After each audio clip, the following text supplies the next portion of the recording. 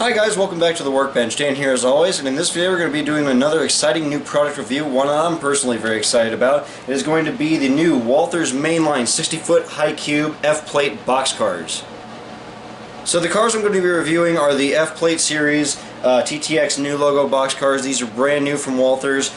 These are very common in the real world today. You see these in Mexico, Canada, here in the US, all over the place, and they're in quantity. You always see these traveling in packs, so I went ahead and got two for now, and more than likely I'll go and get some more later. But for now we're just going to be looking at the two to see what kind of quality we get out of the box. So these are the F-plate series boxcars, and they're not to be confused with the standard 60-foot Gunderson cars. These have some subtle differences between the this version that Athearn has done here. It's just minor little things. No one else has modeled this style of TTX boxcar other than Hubert's, which has obviously long since been out of business. And the cars, to say the least, were very crude. Very poor details, and so they just don't compare it really to anything that's out there today, especially the Athearn, the more modern Athearn cars. I do have one that I own and that I've detailed up, put graffiti on it. It does look nice, but again, it's no comparison. Walthers has recently announced these and brought a new version of this car to the market, which has definitely been badly needed. This is actually probably the more common prototype out there right now. With the other 60-foot Gunderson cars. These are everywhere. They travel in mass quantities in packs. There are some nights I can see up to 20 of these a night in just a matter of a couple freight trains. It's crazy. These things are all over the place. So, like I said, I got two for now, and we're just going to be reviewing the two, but more than likely I'll get some more of these later on. We'll go ahead and start this video off by reviewing the T-Box 66 2074. This is brand new in box in the Walthers Mainline series, which is basically their RTR line. And we're going to go ahead and open it up here. Keep in mind I have not opened this prior to this video, so we'll be seeing if there's any missing parts, anything like that. First glance, no missing parts in the box. That's a good sign. We have a nice protective packaging here. Quite a noticeable difference to their standard Walthers packaging that we've had in the past. This is a much bigger box for a car like this, so it looks pretty good. We do have nothing in the back. There's no labels, nothing like that. We'll go ahead and take the clamshell top off here, which is a nice piece of plastic. We have another piece of film protecting the model here. And we'll go ahead and carefully take the model out of the box here.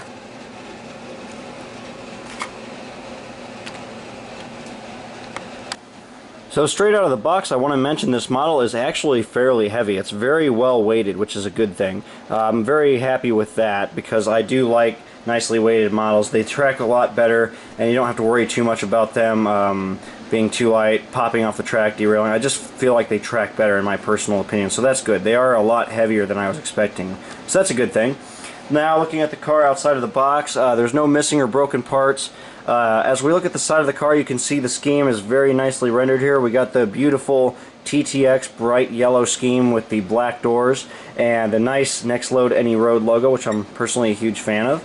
And then we have very nice door details here on the middle of the car with all the separately applied railings. As you can see, we have nicely done printing and painting on the doors, which all matches closely to the prototype photos as I'm looking at them. It's very, very fine printing. It looks very nice. This is a nice touch for a Walthers car. This is the first time I've seen actually printing that was this fine. I haven't seen this before on any other Walthers cars, even in Goldline series. It's very fine. It looks really good. The TTX logo is nicely done. It's in the correct location on the car. The Railcar Pooling Experts logo is also nicely done and is in the correct location. We have all the correct data and all the nice markings down below here, which are very fine, clean, and crisp, as you can see. We have the reflective safety stripes model on there, which is appropriate for the scheme, as this is a modern car, and these cars do have the DOT safety striping added. One thing I'll point out right now that I'm not too big a fan of is these steps. As you can see, these are a little bit thick. These in particular are very thick. If we actually zoom in on this, you guys can see this part is very thick. Even on the ends here as well, you guys can kind of see that. This sort of reminds me of what you used to see on the old Blue Box and some of the old Roundhouse E&C Shops kits, so that's kind of disappointing out of the box. I would kind of wish that was a bit of a thinner part.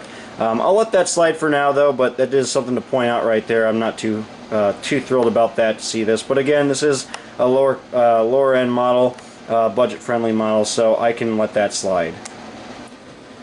On this end you can see all the data is in the correct location compared to prototype photos, and it looks very nice. We have the nice metal wheels underneath, and again I really love this logo. Everything matches up very well to the prototype photos. The blue is pretty much dead on to what this looks like in real life. There's no smudged paint, nothing. It looks very nice. On the ends here, you guys can see we have some pretty basic detailing overall.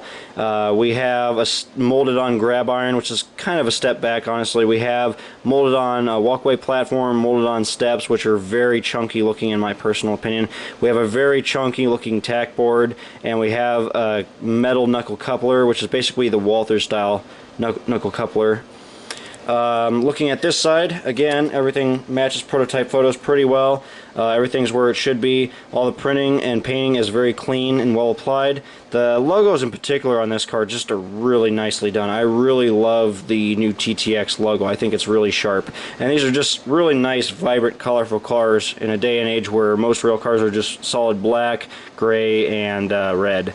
They really stand out. It's really nice. Again, some basic details on the side, some nice details on the door, great printing. Overall, very nice.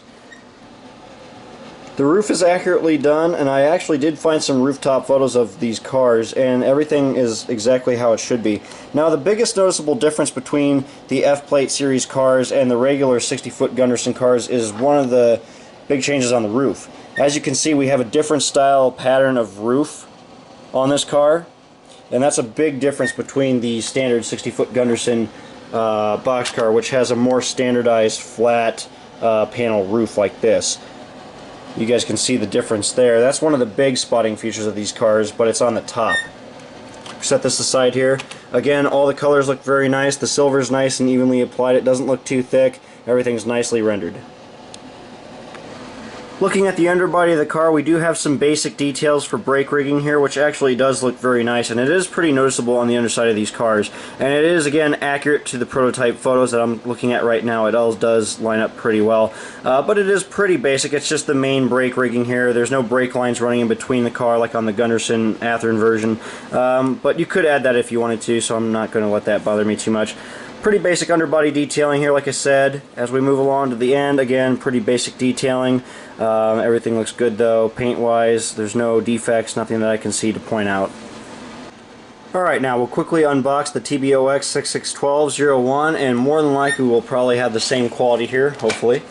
As we pull it out of the box, we have the exact same thing. There's no cards, no manuals, no information on the model here. It's just literally a car in a box. And as you can see, there's no missing or broken parts outside of the box, which is a good sign. We'll carefully extract the car, and as you can see, no missing parts, which is a good sign. So as you can see out of the box, the 661201 is pretty much on par with the model we pulled out earlier, and as you can see, we're pretty much on par with what we pulled out before. As you can see out of the box, the car looks very good. We got all the same details, all the nice, clean, crisp painting and printing. As you can see, we have the nice details on the door, the well done logos here. Again, very well executed by Walthers. The printing is just very nice on these, and I'll have to get a close-up when we turn the car around. But again, everything's where it should be in terms of prototype reference here. Everything's looking good. As we turn the car around here, pretty much the same. Nice detailing overall. Great painting. Nothing looks too thick here other than the railings, as I mentioned before. Everything else looks relatively good. The door stops look accurate. Everything looks good. Just like before, the end details are pretty plain. Not too much popping out here. Everything is molded, which is a little disappointing, unfortunately. We have the KD style knuckle coupler. On the underbody here, we have the basic underbody detailing, as along with metal wheels. So it's worth mentioning that I bought these cars for $24.99 a piece from Sidetracks Hobbies. Retail value on these cars direct from Walthers is $30, so it pays to shop around a little bit. So overall, I think these are great models from Walthers. They've done an excellent job on them. The details are a bit crude. That being said, these are detail worthy. You can change some things on these cars. You can add some basic details to these to enhance them. But overall, for the price, they're good models. They're affordable. And I would definitely recommend getting them, but get them now while you still have the chance, because these are flying off the shelves very quickly. Alright guys, so that'll wrap up this product review for now. Thank you for watching. Be sure to subscribe here on YouTube for more content. Follow my work on Facebook and Instagram. My Facebook page is Dan's Custom Trains, and my Instagram is Danny Dankinson. That is all lowercase. I'm always posting pictures and videos of my projects that I'm working on for myself and other people, as you guys know. And be sure again to keep following me here on YouTube. I'll be posting plenty more videos here in the future. Some how-tos are coming up, and I got some more exciting product reviews in the pipeline. So until next time guys, thank you for watching and take it easy.